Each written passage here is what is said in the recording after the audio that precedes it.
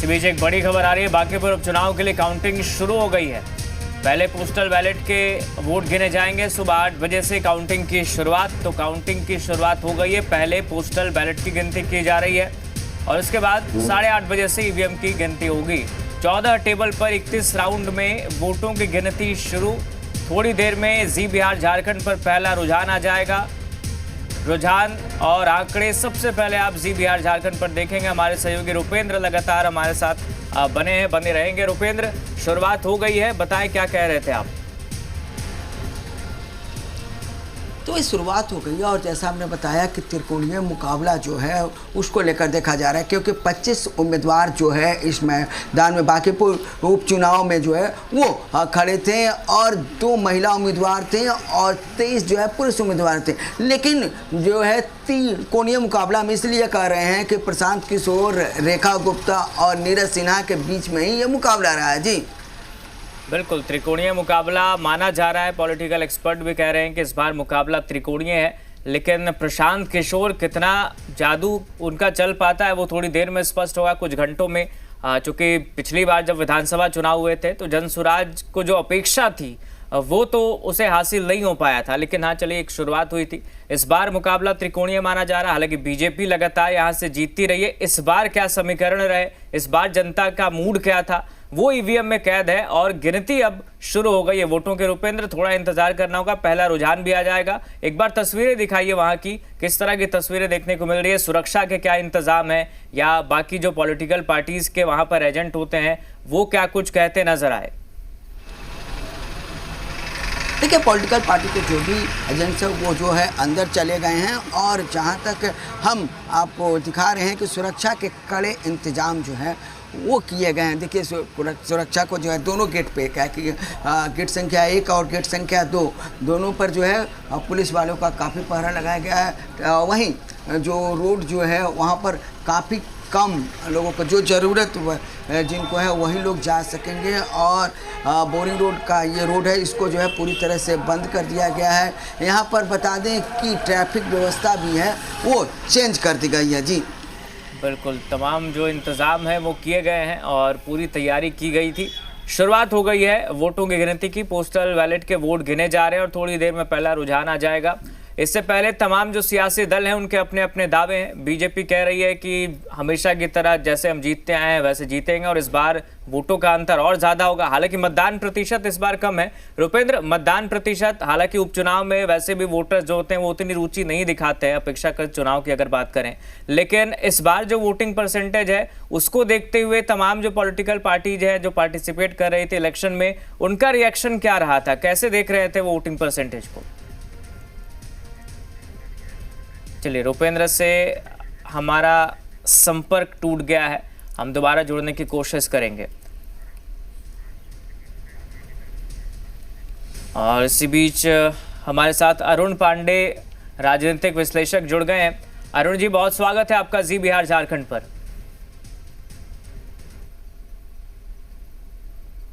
अरुण जी, आप तक आवाज पहुंच पा रही है? आपकी आवाज नहीं आ रही है। चलिए, तो वोटों की गिनती शुरू हो गई है अरुण जी, और इससे पहले सबसे पहले तो मैं आपका रिएक्शन इस पर जानना चाहूंगा जो वोटिंग परसेंटेज रहा है। हालांकि उपचुनाव में चुनाव के मुकाबले उतनी रुचि जनता नहीं दिखाती है, लेकिन फिर भी जो परसेंटेज रहा उसको देखते हुए क्या लग रहा है? और तमाम पॉलिटिकल पार्टीज के तो अपने अपने दावे हैं, लेकिन पॉलिटिकल एक्सपर्ट के तौर पर, राजनीतिक विश्लेषक के तौर पर आप लगातार चुनाव देखते भी आए हैं, इस बार का चुनाव आपको कैसा लगा? देखिए, ये तो 65% से अधिक वोटर्स टर्न अप ही नहीं हुए। तो मतदाता किस कदर उदासीन है। ये राजधानी की बांकीपुर सीट जिसको लुटियंस जोन कहते हैं और बीजेपी के राष्ट्रीय अध्यक्ष जिस क्षेत्र से 5 बार उन्होंने प्रतिनिधित्व, इसके पहले उनके पिताजी की अपने 7-8 और एक परिवार का इस कंस्टिट्यूंसी पर वर्चस्व रहा, तभी इसको बीजेपी का गढ़ कहा जाता है। लेकिन वोटिंग परसेंटेज ये दर्शाता है कि मतदाता उदासीन रहे और सभी दलों की ये विफलता मैं मानता हूँ कि अपने मुद्दे को, अपने कॉज को अपील नहीं पहुंचा पाए, लोग घर से नहीं निकले। एक तो एक कम मतदान होना ये लोकतांत्रिक व्यवस्था के लिए सचमुच इन दलों के लिए चिंता का विषय है। ये अध्यक्ष ने पूरी ताकत बीजेपी ने लगा दी थी। 40 स्टार प्रचारकों की सूची आपने देखी बनी और सब लोग मैदान में, कोई 8 से 10 हजार बीजेपी के कार्यकर्ता, नेता, कूटनीति, नवीन 3 बार कंस्टिट्यूंसी में चुनाव प्रचार शुरू होने के बाद जबकि यहाँ उन्होंने रणनीति बनाई और जिस रणनीति के तहत वो जीते रहे, नेचुरल है कि उनका पसंदीदा ये दूसरा उम्मीदवार था नीरज कुमार सिन्हा। पहले तो वो उम्मीदवार को नामांकन के दूसरे दिन बदला गया। अब वो बीजेपी तभी लोगों को ये उसकी अपील ये काम नहीं आई, ये दिखता है। आप प्रशांत किशोर जो पिछले 2 महीने से इस कंस्टिट्यूंसी में लगे थे, अपने जीवन में पहला चुनाव लड़ रहे और अब तक तो दूसरे दलों के लिए जीत का मंत्र दिया करते थे। इस बार जब चुनावी जंग में आए तो अब ये देखना बड़ा दिलचस्प होगा। ये रोचक चुनाव भी इसी कारण हो गया, उनके कारण कि भाई अब जो प्रशांत किशोर चुनावी जंग में है तो क्या जलवा दिखाते, क्या वो इस चुनाव में अपना खाता खुलवा पाएंगे कि विधानसभा की 18वीं चुनाव में जो 238 सीट पर लड़ने वाली पार्टी थी, अधिसंख्य कैंडिडेट की जमानत जब्त हो गई थी, कोई खाता नहीं खुला। वो बिहार में बदलाव चाहते हैं और खासकर 20 चुनाव में मुख्यमंत्री सम्राट चौधरी उनके निशाने पर रहे। उन्होंने कहा कि भाई उपचुनाव यदि बीजेपी हार गई तो देर सवेर सम्राट चौधरी जो मुख्यमंत्री की कुर्सी पर है, ये कुर्सी से हटाने के लिए भाजपा का नेतृत्व बाध्य होगी, सोचना पड़ेगा। तो ये तो वो ये चुनाव खासकर जनस्वराज पार्टी तो इस मुद्दे पर लड़ी है कि जनमत संग्रह है ये सम्राट चौधरी की सरकार की। और वही विपक्षी दल राजद दूसरे चुनाव, पिछले चुनाव में 46,000 वोट उसको आए थे। इस चुनाव में ये भी था कि लड़ाई सीधी रहेगी, लेकिन लड़ाई सीधी रही नहीं। वोटिंग के दिन जो कुछ एक नज़ारा देखने को मिला उससे तो स्पष्ट था कि लड़ाई इस बार हो गई है बीजेपी और जनस्वराज पार्टी की। और राजद की धमक चाहिए थी, वो इस बार धमक नहीं दिखी। और लोग ये मान रहे हैं, अभी से आकलन था कि भाई ये जनस्वराज पार्टी न सिर्फ आरजेडी के वोट बैंक में सदमारी की है, वोट बैंक का मतलब मैं एमवाई की ओर इशारा कर रहा हूँ, इसलिए कि देखिए बिहार के चुनावी रंग में, राजनीति में जाति एक सच्चाई है और लोग मतदाताओं के पास टहलते हैं जाति के आधार पर। नेता वोट मांगते हैं तो उनको कहीं ना कहीं साधते हैं, नेता भी जाति के आधार पर अपने लोगों के बीच जाते हैं। ये सारा खेल हुआ है इस बार, इसलिए आज सबों की निगाह टिकी है। और अभी जो बैलेट पेपर से हालांकि ये कोई रुझान ही होगा, इसे कोई अंतिम नतीजे पर अभी तो आपने ठीक ही कहा 3 बजे तक गिनती होगी, 422 बूथों पर गिनती हो रही है। ठीक है, जी आपके पास लौटेंगे। अनामिका पटेल जी भी हमारे साथ जुड़ चुकी हैं, एमएलसी हैं बीजेपी की। अनामिका जी, आज वोटों की गिनती अब शुरू हो चुकी है। आज का दिन क्या वाकई बीजेपी के लिए खास होने वाला है या फिर एक बड़ा झटका लगने की उम्मीद आपको लग रही है?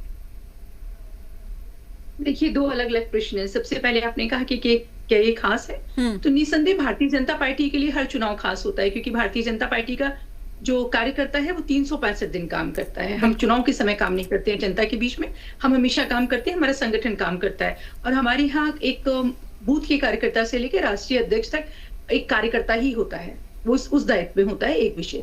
दूसरा विषय आपने कहा झटका, तो बिल्कुल देवतुल्य जनता, हमें बिल्कुल भी झटका देने की कोई बात ही नहीं है। हम प्रचंड बहुमत से जीतेंगे। अभी मैं अरुण जी को सुन रही थी, बार बार हर चुनाव को आदरणीय सम्राट चौधरी जी से जोड़ना, आदरणीय नितिन नवीन जी से जोड़ना, ये इन लोगों की हताशा बताती है।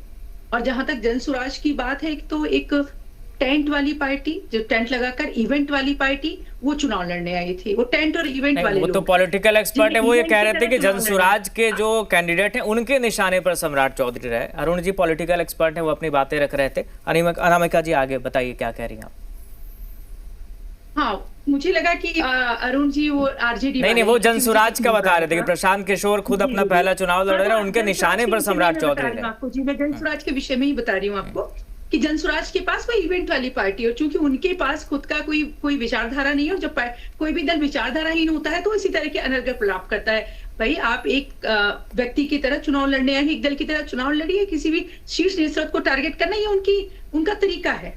जो आपने कभी मतलब पुरानी फिल्मों में देखा था, एक आदमी होता है, छोटा आदमी, और जाके सोचता है कि सबसे ज्यादा मैं एक बड़े आदमी पर आक्रमण करूंगा किसी भी तरह का, तो मैं बहुत लोगों के बीच में एक सनसनी पैदा कर पाऊंगा। तो वो उसी नीति पे काम कर रहे हैं प्रशांत किशोर, और उसी नीति में पे काम करते हुए पिछले वाले विधानसभा चुनाव में हमें हमारे साथ देकर जनता ने उन्हें बताया कि जनता किसके साथ है, बिहार की जनता। और आज के चुनाव में भी जनता बताएगी कि वो किसके साथ है, देवतुल्य जनता।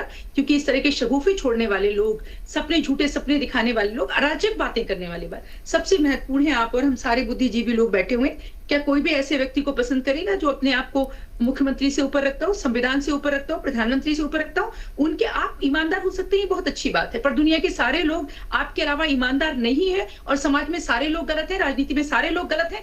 इस विचारधारा के लोग न सिर्फ किसी भी राजनीतिक दल के लिए, समाज के लिए, राष्ट्र के लिए भी घातक है। ठीक है, हम अरुण जी के पास जाएंगे, लेकिन उससे पहले एक छोटा सा सवाल है। जो वोटिंग परसेंटेज इस बार कम रहा है, उस पर आपका रिएक्शन जानना चाहेंगे, कैसे देख रही हैं और इसका क्या असर देखने को मिल सकता है?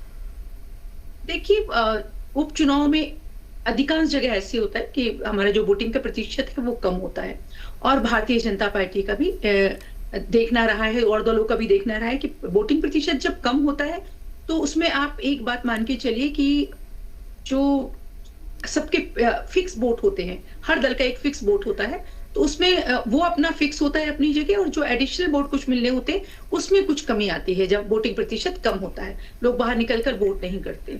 और ये लोकतंत्र के लिए भी थोड़ा सोचनीय विषय है कि लोग बाहर निकले, और पूरी कोशिश भी हर दल करता है कि उनके लोग बाहर निकलकर वोट करें, पर जब नहीं हो पाता तो भारतीय जनता पार्टी के लिए, हमारे लिए इसलिए चिंता का विषय नहीं कि हमने विकास किया है, हम एक विचारधारा वाली पार्टी है, तो लोग हमारा साथ निस्संदेह देंगे। चलिए ठीक है, आपके पास लौटूंगी। अभिषेक नरेंद्र सिंह भी हमारे साथ जुड़ चुके हैं, प्रवक्ता है जन स्वराज पार्टी।